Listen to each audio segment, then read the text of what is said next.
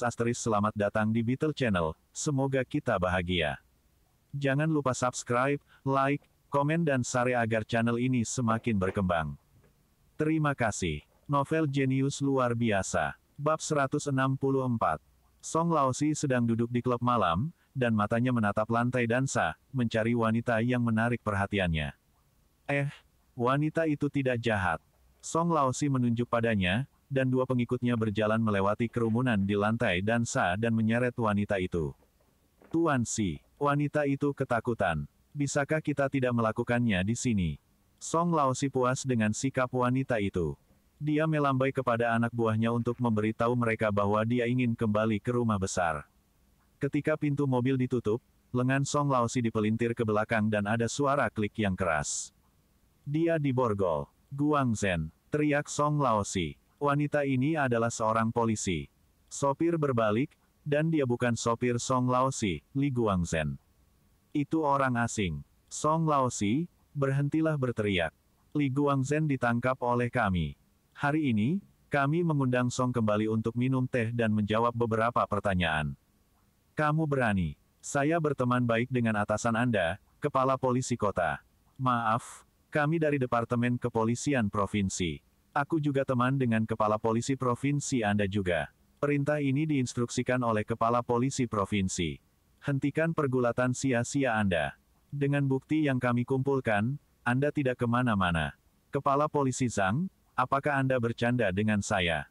Saya seorang pengusaha yang sah, bagaimana saya bisa menjadi bos triad? Song Laosi berkata dengan tenang. Dia tidak percaya bahwa Departemen Kepolisian Provinsi memiliki bukti terhadapnya.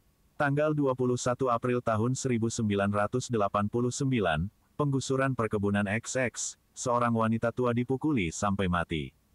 Bisakah Anda menjelaskannya? Apa yang harus dijelaskan? Ini tidak ada hubungannya denganku. Hati Song Laosi berdetak kencang, dia sudah meminta seseorang untuk menuai. Apakah orang itu berbalik melawannya?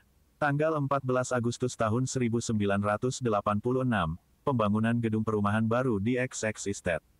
Seorang kontraktor bernama Su Hua dipukuli dan kedua kakinya patah. Anda juga tidak tahu tentang ini.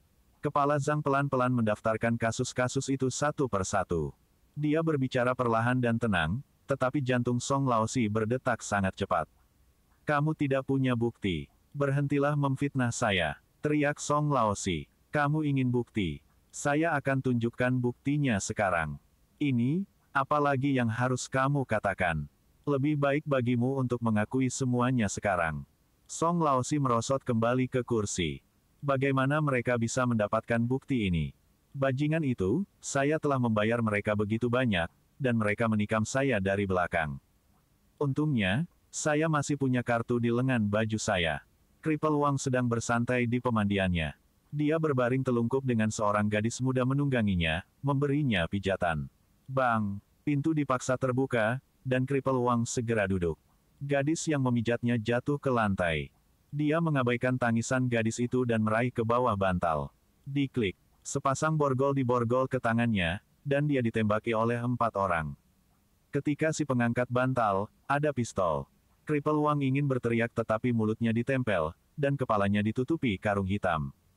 Keempat pria itu mengambil handuk untuk membungkusnya dan menyeretnya ke mobil. Di sudut ruangan, ada tongkat besi. Tongkat besi ini tidak akan melihat pemiliknya lagi. Brother Ke, saya mendengar bahwa Song Laosi dan Kripel Wang ditangkap oleh polisi. Apakah ada tindakan keras yang terjadi? Saudara Ke terkejut. Mengapa sekarang ada tindakan keras? Penindasan terakhir hanya beberapa tahun yang lalu. Tidak baik. Kedua bajingan itu akan mengusirnya untuk mendapatkan hukuman yang lebih ringan. Dia harus berlari. Saudara Ke segera menginstruksikan anak buahnya untuk menghentikan kasino dan membawa semua uang kepadanya. Dia perlu bersembunyi untuk sementara waktu. Ketika semuanya selesai, maka dia akan kembali. Dia akan menjadi bos besar kota Bing, tidak, itu seharusnya provinsi Longjiang, ketika dia kembali. Dia bahkan mungkin menjadi raja dunia bawah di wilayah timur laut. Tetapi sebelum Brother Ke dapat menyelesaikan lamunannya, tempatnya diserbu. Beberapa lusin polisi bersenjata bergegas masuk dan menjatuhkannya dengan gagang senapan. Mereka tidak memberinya kesempatan untuk mengatakan apapun. Saudara Ke dan para pengikut utamanya sama dengan Song Laosi dan Cripple Wang. Mereka diseret ke beberapa mobil dan dikirim ke lokasi yang diinstruksikan oleh kepolisian provinsi. Saudara Ke membuka brankasnya untuk bersiap melarikan diri ketika dia ditangkap. Semua uang tunai dan perhiasan di brankasnya dan ruang bawah tanah yang tersembunyi dicatat dan dibawa kembali. Saudara Ke menyesal membuka brankas dan pintu masuk ke ruang bawah tanah. Jika dia tidak membuka ruang bawah tanah, dia masih punya uang untuk menyuap jalan keluarnya. Kali ini, dia selesai. Feng Yu masih di tengah-tengah kelas ketika pagernya mulai berbunyi. Dia segera menekannya. Guru wujudnya di depan kelas tanpa daya menatap Feng Yu dan bertindak seolah-olah dia marah. Kamu, berdiri di luar dan tutup pintu. Feng Yu berjalan keluar dari ruang kelas dan menutup pintu. Dia mengeluarkan pagernya dan melihat bahwa itu adalah kakak iparnya yang mendesak dia untuk menelepon kembali. Feng Yu tidak peduli apakah ia masih memiliki kelas. Dia berlari ke kantor penerimaan di dekat gerbang sekolah untuk memanggil saudara iparnya. Apa, kakak ipar? Anda mengkonfirmasi berita ini. Setelah menutup telepon, wajah Feng Yu penuh semangat. Tadi malam, Song Laosi, Cripple Wang, dan Brother Ke semua ditangkap, dan pagi ini, Roti Barat juga ditahan di provinsi lain. Dia akan dikirim kembali ke kota Bing untuk diadili. 4 geng kota Bing semuanya ditangkap. Feng Yu juga bingung. Stimulan yang ia ciptakan tidak cukup bagi pemerintah untuk bertindak begitu cepat. Mungkinkah ada beberapa pemimpin di puncak yang memberikan instruksi? Bagaimanapun, semuanya baik-baik saja sekarang. Kemudian dia akan meminta stafnya untuk mengirim hadiah yang dia janjikan kepada pemerintah kota, perusahaan mesin, Dell. Tidak ada kata yang bisa mengungkapkan perasaan bahagia ini. Setelah sekolah saat makan siang, Feng Yu dan 3 lainnya duduk bersama seperti biasa. Tidak ada orang lain yang mau makan bersama mereka. Kakak ipar Feng Yu ada bersama Triad. Izinkan saya memberitahu Anda semua sesuatu. Song Laosi, Cripple Wang, Brother Ke dan Western Bun semuanya ditangkap. Tidak satu pun dari mereka yang lolos. Feng Yu tidak bisa membantu tetapi tidak membagikan kabar baik ini dengan teman-teman dekatnya. Ini lebih baik dari apa yang terjadi di kehidupan sebelumnya. Dalam kehidupan sebelumnya, orang-orang itu berhasil melarikan diri untuk sementara waktu tetapi kemudian ditangkap saat penumpasan. Kali ini, mereka semua ditangkap secara bersamaan. Polisi kota bertindak sangat cepat. Wen Dongjun terkejut. Zhang Han berkata dengan sedih, apa polisi kota? Berapa banyak petugas yang dimiliki Departemen Kepolisian Kota? Pasti polisi provinsi yang memulai operasi ini. Saya mendengar bahwa kepala kepolisian provinsi yang memimpin operasi secara pribadi. Song Laosi itu, Cripple Wang telah melanggar hukum, dan mereka tidak akan pernah lepas dari tangan polisi provinsi. Feng Yu memandang Zhang Han dengan rasa ingin tahu. Bagaimana dia tahu bahwa Kapolri yang memimpin penangkapan?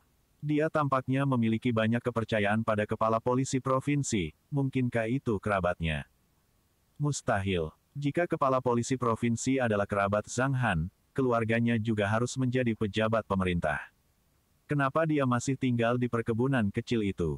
Itulah lingkungan untuk pabrik linen lama, dan akan diruntuhkan untuk pengembangan baru dalam beberapa tahun.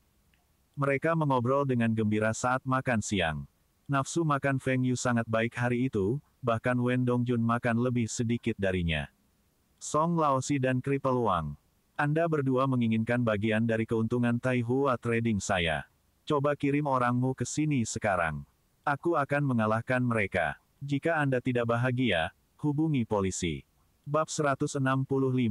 Berita penangkapan Song Laosi dan sisanya menyebar ke seluruh kota Bing pada hari berikutnya, banyak warga secara spontan berangkat petasan untuk merayakan. Orang-orang ini adalah orang-orang yang telah diganggu oleh triad ini. Para pemimpin provinsi dan kota mendengar petasan dan merasa tidak enak.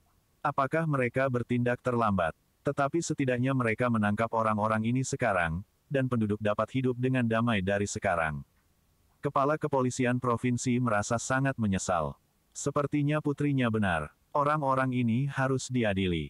Karena Bing City telah memulai tindakan keras, kota-kota lain juga mengikuti. Feng Yu ada di sekolah dan memperhatikan bahwa semua siswa memandangnya dengan aneh. Di masa lalu, banyak siswa yang takut padanya, tetapi sekarang, mereka membencinya. Sial, Apa yang saya lakukan untuk membenci semua ini? Hal yang paling membuat Feng Yu marah adalah bahwa seorang yang berani memberi Lina surat cinta. Persetan kamu.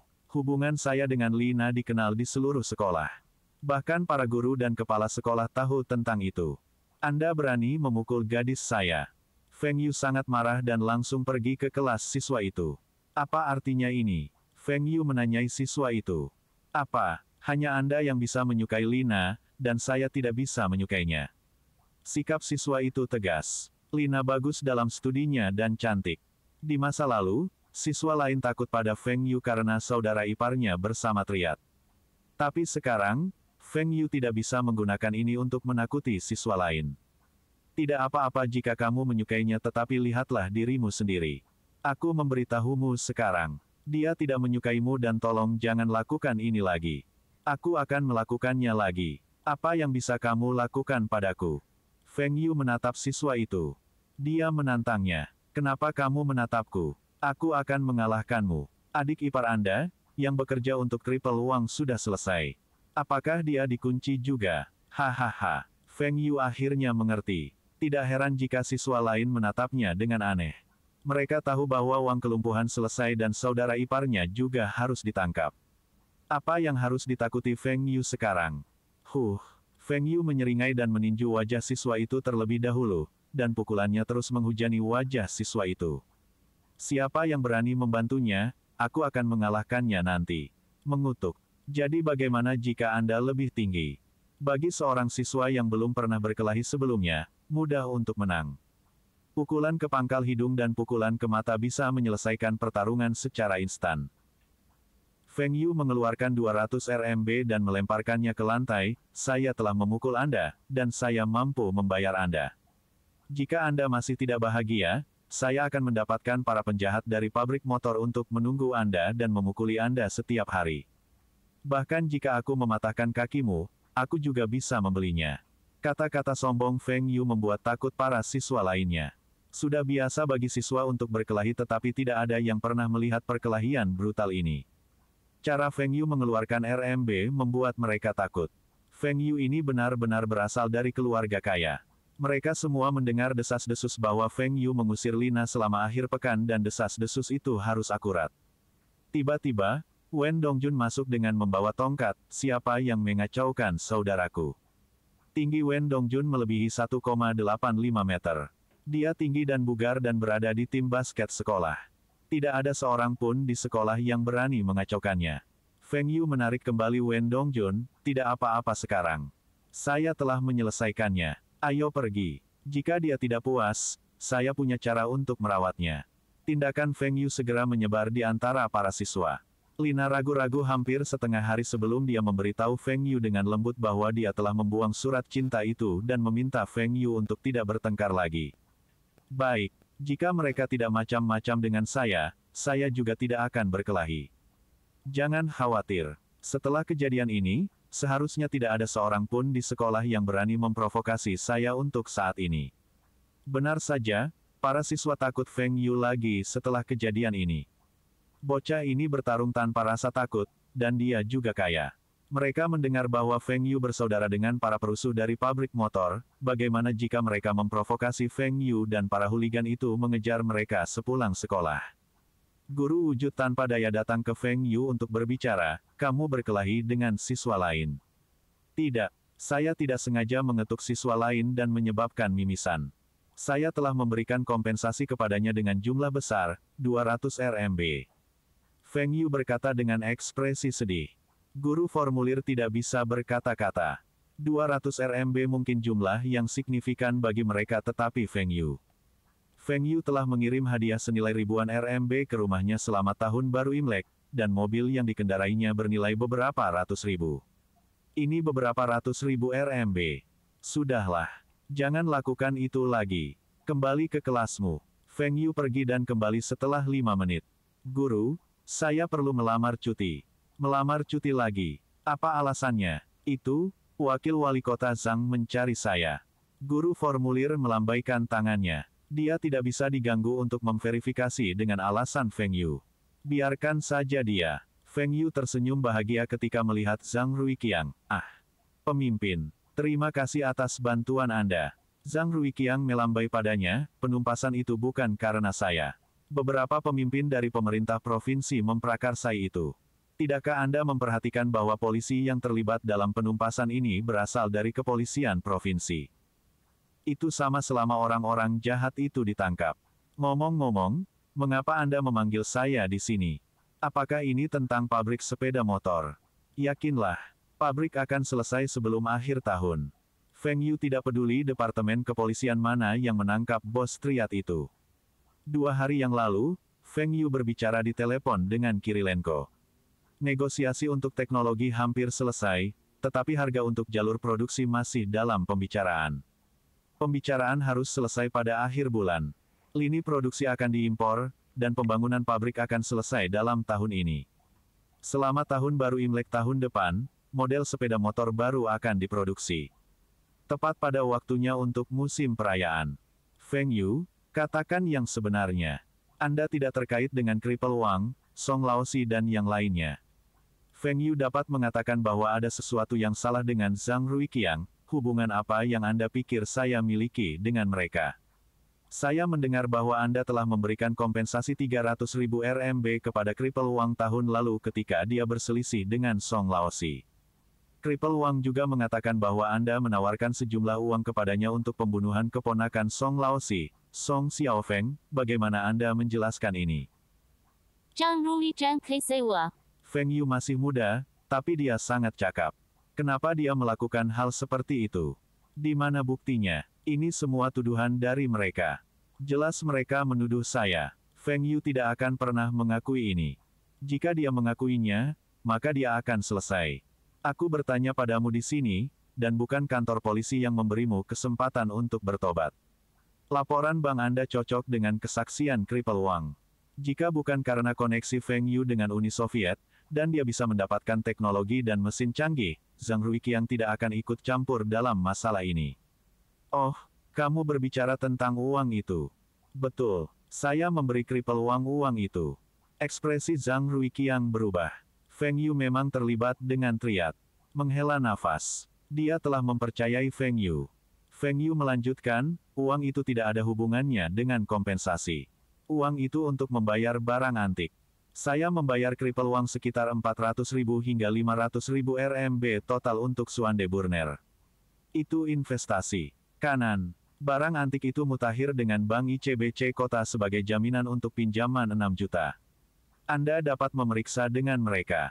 Ketika dia membeli pembakar dupa itu, dia tidak mengira itu adalah barang antik. Tapi ini memberi Feng Yu alasan untuk uang yang dibayarkan kepada Cripple Wang. Itu tidak melanggar hukum untuk membeli barang antik. Anda mengklaim bahwa saya mendukung Cripple Wang. Di mana buktinya? Apa motifnya? Bisakah Song Xiaofeng bersaksi? Kamu bilang uang itu untuk membeli barang antik. Tanya Zhang Ruiqiang tidak percaya. Betul, semua orang di perusahaan saya tahu tentang itu. Adapun hubungan dengan triad yang Anda tanyakan. Jika saya benar-benar memiliki hubungan dengan mereka, mengapa saya diancam oleh mereka? Kegiatan ilegal yang Anda sebutkan tadi tidak ada hubungannya dengan saya. Bab 166. Song Laosi, berhentilah mencoba melawan. Kami akan menunjukkan keringanan hukuman jika Anda jujur dan kami akan tegas jika Anda mencoba untuk menolak. Saya tidak perlu mengulangi lagi. Tidak ada gunanya untuk tetap diam. Kami telah mengumpulkan bukti untuk jangka waktu tertentu. Bukti yang dikumpulkan akan cukup untuk menjatuhkan Anda. Kepala Zhang, sebenarnya saya bekerja sebagai penyamaran untuk polisi. Saya mengumpulkan bukti melawan Cripple Wang, Broderke, dan Weston Bun. Tiba-tiba Song Laosi berkata. Kepala Zhang mengangkat alis, apa yang kamu katakan? Song Laosi mengungkap polisi. Benar-benar lelucon. Tidak pernah ada contoh di mana penyamaran menjadi bos triad. Aku mengatakan yang sebenarnya padamu. Jika Anda tidak mempercayai saya, Anda dapat memeriksa dengan kepala polisi Jiangbei Li Kunli. Dia dapat memverifikasi identitas saya. Saya telah mengumpulkan banyak bukti terhadap Cripple Wang dan Broderke. Bukan hanya mereka, bahkan Raja Pisau Busuk dari Meigang dan Balsun Yasi, hitam besar kota Gu, aku telah mengumpulkan semua bukti yang melawan mereka. Dijamin akan menghukum mereka. Song Laosi mulai menyeret bos triad lainnya dari kota dan provinsi lain.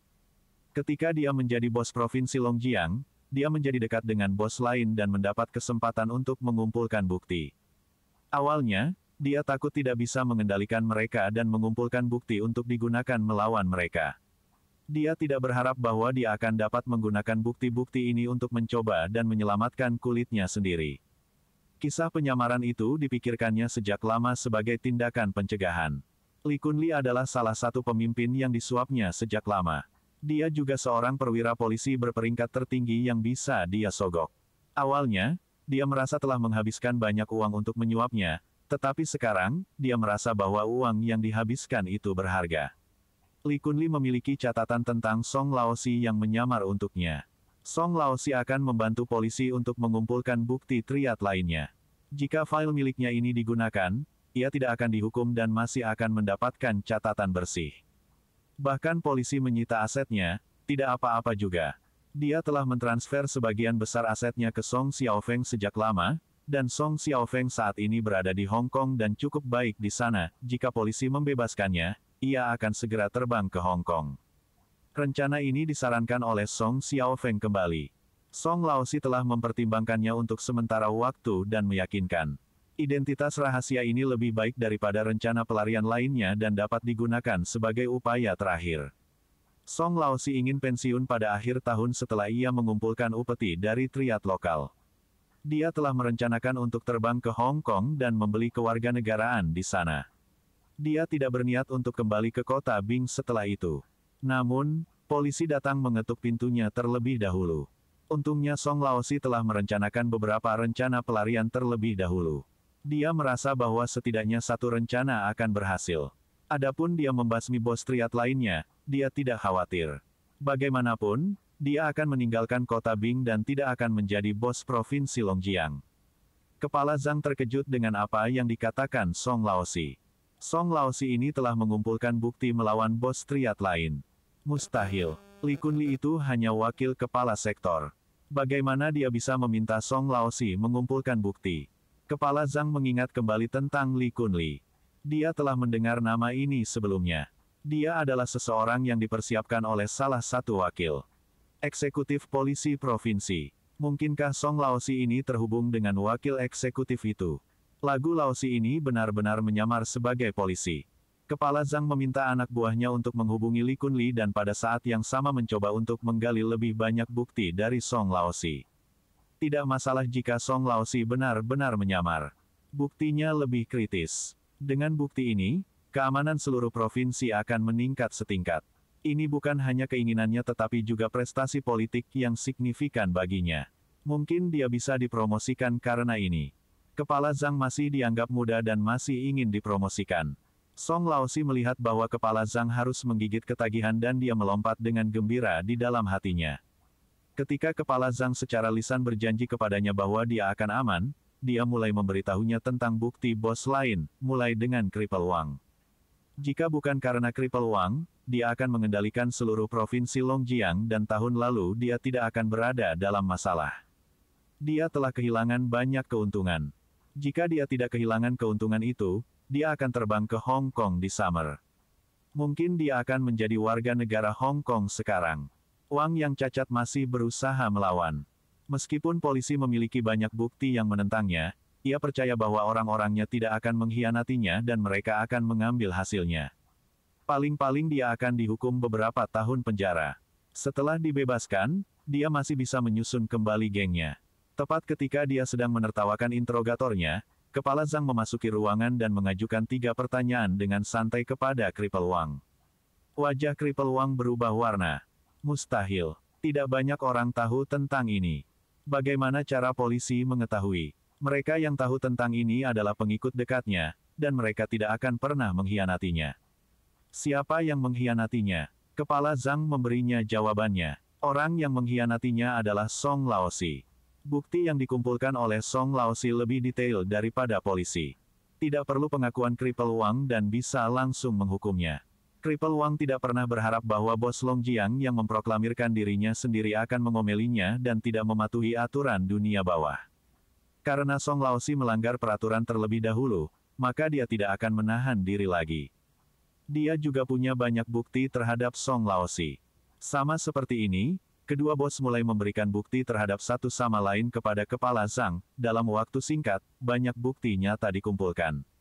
Ditambah dengan bukti yang dikumpulkan oleh polisi, pengadilan akan dapat menjatuhkan hukuman mati kepada setidaknya 20 bos triad. Kepala Zhang menghela nafas. Walaupun ini merupakan pencapaian politik yang luar biasa, ini juga menunjukkan bahwa beberapa tahun terakhir, polisi telah gagal dalam tugasnya. Begitu banyak kejahatan telah dilakukan, dan para pelakunya telah bebas mencemooh sampai sekarang. Tapi setidaknya semua pelakunya ditangkap sekarang, dan polisi bisa menjawab ke publik. Li Kunli tiba di stasiun, dan Kepala Zhang tidak membiarkannya bertemu dengan Song Laosi. Sebelum Kepala Zhang bisa menanyai Li Kunli, dia melihat ada sesuatu yang salah. Li Kunli telah minum. Dia ingat bahwa ketika orang-orangnya menelepon kantor Li Kunli, sekretaris mengklaim bahwa Li Kunli sedang bertugas. Ada yang salah dengan Li Kunli ini. Setelah malam pemeriksaan mendadak padanya, diketahui bahwa Li Kunli ini memiliki lebih dari 1 juta aset di bawah namanya. Upah seumur hidupnya tidak pernah bisa mencapai jumlah ini bahkan jika dia tidak menghabiskan 1 sen pun. Dari mana semua uang ini berasal? Song Laosi, kamu tidak perlu menunggu lagi. Li Kunli tidak dapat membuktikan bahwa Anda sedang menyamar. Apakah dia disuap olehmu? Dan bukan hanya saya, bahkan hakim dan orang-orang tidak akan pernah percaya bahwa Anda adalah penyamaran bagi polisi. Kamu sudah selesai. Song Laosi mogok. Dia penuh harapan bahwa Li Kunli akan membuktikan dirinya tidak bersalah dan dia bisa keluar dari kantor polisi dengan bebas. Meskipun dia tidak bisa menjadi bos Longjiang lagi, tetapi semua lawannya akan mati, dan dia bisa pindah ke Hong Kong untuk menikmati masa pensiunnya. Mengapa semuanya menjadi seperti ini? Semua rencana pelariannya sia-sia. Mustahil. Kepala Zhang, pikirkan tentang semua hal yang telah saya lakukan untuk Bing City. Jika bukan karena saya, akankah pembangunan kembali kota tua begitu sukses? Berapa banyak kompensasi penggusuran yang saya hemat untuk pemerintah? Juga, tingkat kejahatan di provinsi di masa lalu rendah karena saya telah menyita senapan berburu. Juga, Song Laosi masih berteriak, tetapi Kepala Zhang berbalik dan meninggalkan ruangan. Bagi Kepala Zhang, Song Laosi sudah mati. Kepala Zhang perlu memimpin anak buahnya untuk menangkap bos triad lainnya di provinsi dalam waktu singkat. Bersambung, terima kasih telah menyaksikan dan mendukung channel ini. Titik.